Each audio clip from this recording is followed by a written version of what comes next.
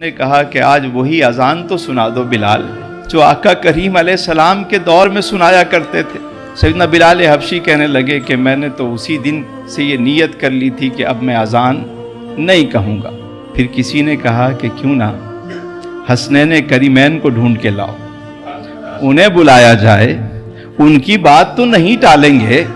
حسنین کریمین کو بلایا گیا، انہوں نے آ کے کہا چچا جان ہمیں وہ اذان تو سنا دیں آپ نے دونوں شہزادوں کو چوما، ان کے ہاتھوں کو چوما، پیار کیا، فرمانے لگے بچوں میں نے تو سوچا تھا کہ اب اذان نہیں دوں گا، لیکن آپ کا حکم ہے۔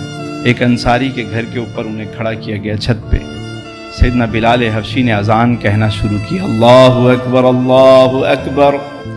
اب مدینے میں جب یہ آواز گونجی تو لوگ دیوانہ وار دوڑ پڑے، کوئی گھر ایسا نہیں تھا جہاں سے رونے کی آواز نہیں آ رہی تھی۔ سب کو وہ دور رسالت یاد آ گیا کہ حضرت بلال حبشی اذان دیا کرتے تھے۔ لوگ دیوانہ وار دوڑ رہے ہیں، دوڑتے دوڑتے سارے جمع ہو گئے۔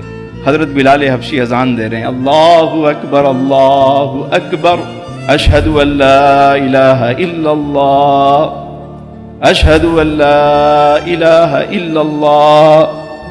یہاں پہ آ کے رک گئے اور جب کہا اشہد ان محمد رسول اللہ، اور پھر حضور کے حجرے کی طرف دیکھا، ممبر کی طرف دیکھا، وہ ممبر خالی تھا۔